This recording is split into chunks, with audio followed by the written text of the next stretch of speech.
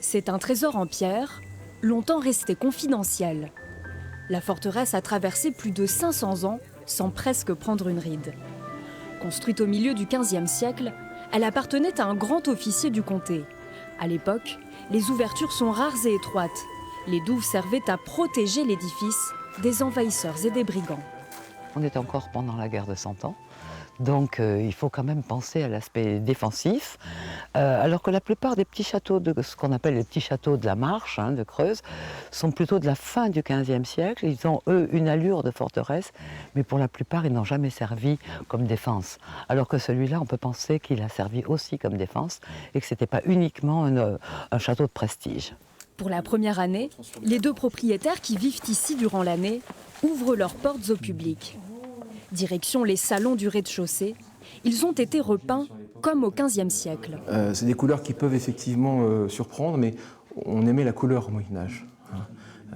Et notamment la couleur, le bleu, c'est des couleurs qui étaient difficiles à réaliser, donc chères. Après avoir gravi les 97 marches de l'escalier, on découvre quelques trésors cachés. Le chemin de ronde qui entoure l'ensemble de la bâtisse, ou encore l'imposante charpente. Des lieux qui ne sont d'ordinaire jamais ouverts aux visiteurs. Il était vraiment super bien restauré, il appartenait à beaucoup de gens donc, qui ont laissé leurs pattes et c'est fabuleux.